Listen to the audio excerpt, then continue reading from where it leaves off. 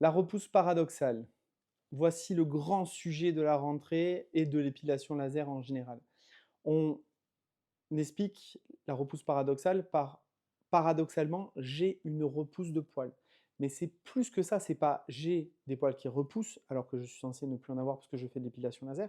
C'est pire qu'avant, c'est-à-dire que la zone qui avait quelques poils se retrouve à avoir une densité pileuse très forte. On a des poils qui s'expriment. Et en fait, c'est dû à l'apoptose des bulbes pileux sur l'épilation laser, c'est-à-dire la mort des bulbes pileux, c'est ce qu'on veut, c'est l'épilation définitive. Et à cette mort, il va y avoir une stimulation de son petit voisin, de dire moi, j'ai disparu, à toi, prends la relève, il faut qu'il y ait du poil. Et s'il réveille tous ceux qui sont autour, on va avoir un nombre de follicules pileux activé, c'est-à-dire avec un poil dedans et qui va grandir et s'exprimer, on va avoir une zone qui va être plus dense. Donc ça se situe entre la troisième et sixième séance. Tous les praticiens qui vont vous dire on épile en 5 séances et qui se retrouvent à avoir plus de poils qu'avant, n'ont pas compris qu'en fait il faut compter 10 séances. Alors bien entendu, c'est variable en fonction des gens. Il y a des gens qui vont le faire en 6, en 8, en 10, certains plus que 10, on va avoir une certaine résistance. Et cette repousse paradoxale se situe aux alentours de 3 à 6 séances, comme j'ai dit. Et il faut comprendre que c'est quand même quelque chose d'assez positif, la repousse paradoxale, parce que ça veut dire que tous les poils sont exprimés, ils sont tous là. Si on fait des séances laser sur cela, ça va être définitif de chez définitif. Si on a, par exemple, des séances un peu trop rapprochées, un peu trop rapides, pas assez de puissance, on va avoir l'impression d'être épilé définitivement, et dans 3 à 4 ans, on va avoir un résiduel, une repousse. Ça peut être dû à des hormones, on va avoir un bébé, on va avoir, que sais-je, d'événements dans la vie qui va déclencher une hormonalité, et on va avoir une petite repousse. Donc la repousse paradoxale, pour moi, je vois ça comme un vrai bénéfice. On va avoir tous les poils qui reviennent au cours de nos séances, et on va pouvoir aller faire de l'épilation définitive pour de vrai. Donc il ne faut pas craindre la repousse paradoxale, puisque c'est ce mécanisme qui va nous permettre l'épilation définitive.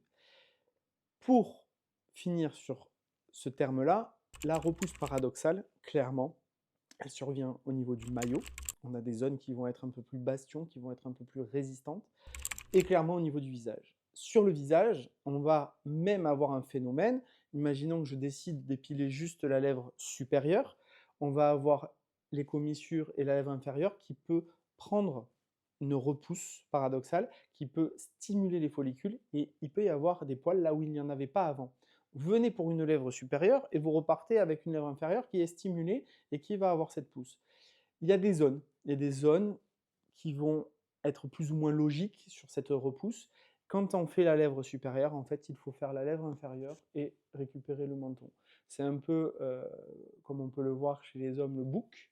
Et ben, c'est cette zone-là qu'on va travailler. Donc, on a le sillon nasogénien qui nous marque et délimite cette zone, super pratique, et qui va descendre juste à côté de la commissure labiale, et qui peut, sur le pli d'amertume, même si on n'en a pas, c'est cette zone-là, et descendre sur le menton. Et on peut faire un peu le bas.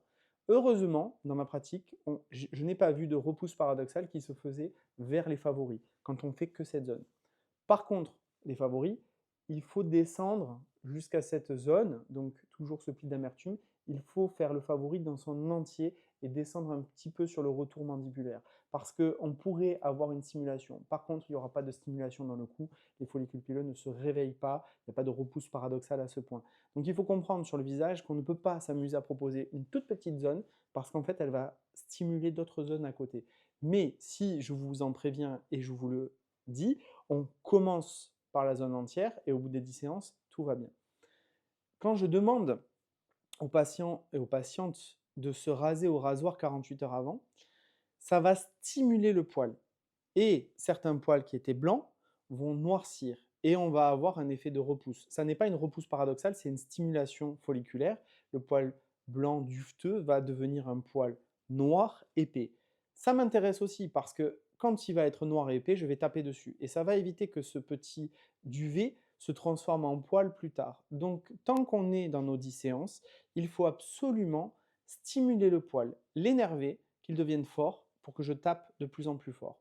Et c'est là où on va avoir des résultats tout à fait pérennes dans les années.